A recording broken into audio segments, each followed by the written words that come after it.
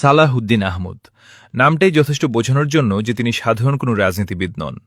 তিনি এমন একজন যার মেধা, আইনি জ্ঞান আর উপস্থিত বুদ্ধি মিলিয়ে তাকে রাজনৈতিক ময়দানে এক ভয়ঙ্কর প্রতিপক্ষে পরিণত করেছে।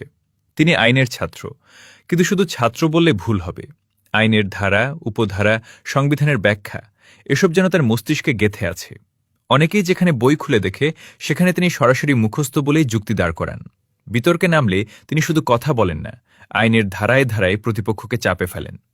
রাজনৈতিক প্রতিপক্ষরা ভালো করেই জানে সালাহউদ্দিন আহমদের সাথে কথার লড়াই মানেই সহজ খেলা না। তাকে কথায় আটকে রাখা যায় না, বরং উল্টো তিনি এমনভাবে যুক্তি দেন যে অনেক সময় প্রতিপক্ষই চুপ হয়ে যায়। তার প্রতিটি বাক্যের পেছনে থাকে তথ্য, আইন এবং কঠিন লজিক, যা এড়িয়ে যাওয়া কারো পক্ষে সম্ভব না। তিনি ভয় পান না, চাপের কাছে মাথা নত করেন না, বরং চাপ যত বাড়ে তার অবস্থান ততই শক্ত হয়। রাজনৈতিক মঞ্চে তিনি এমন একজন যাকে কোণঠাসা করার চেষ্টা করলে উল্টো পরিস্থিতি ঘুরে দাঁড়ায়। অনেকেই তাকে শুধু নেতা হিসেবে না, বরং চলমান আইনখোর হিসেবে দেখে, কারণ তিনি যে কোনো পরিস্থিতিতে আইনের আলোকে এমন ব্যাখ্যা দিতে পারেন যা অন্যদের জন্য কঠিন হয়ে পড়ে।